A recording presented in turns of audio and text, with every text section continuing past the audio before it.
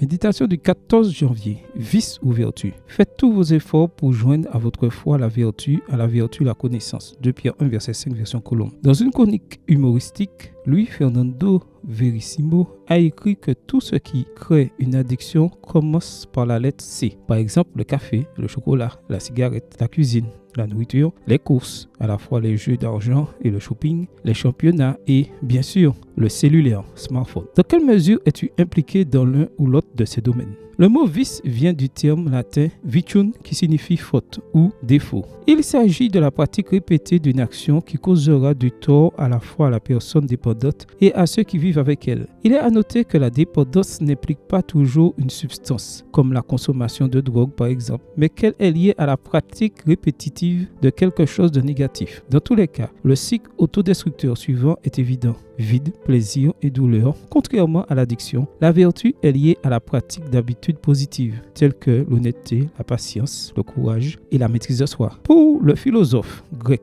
Aristote, on atteint l'excellence du caractère lorsqu'on cultive les vertus en faisant la bonne chose au bon moment et de la bonne manière. Quelles sont les pratiques qui dominent ta vie quotidienne? L'apôtre Pierre nous invite à rechercher la vertu. Il faut que tu saches que cela ne nous vient pas naturellement, mais que cela implique la foi en Dieu et un effort personnel. Nous devons prendre une décision suivie d'une action comme l'a fait Daniel à la cour de Babylone. Daniel est bien décidé à ne pas devenir impur en mangeant de la nourriture du roi et en buvant de son vin. Daniel 1 verset 8. Et l'Agneau a commencé cet épisode. Le monde a besoin d'hommes qui, comme Daniel, agissent et osent pour la cause du bien. Il a besoin de cœurs purs, de mains fortes, de courage indomptable, car la lutte entre le vice et la vertu exige une vigilance constante. Extrait Prophète et Roi, chapitre 39, page 337. Peut-être souffres-tu d'une dépendance.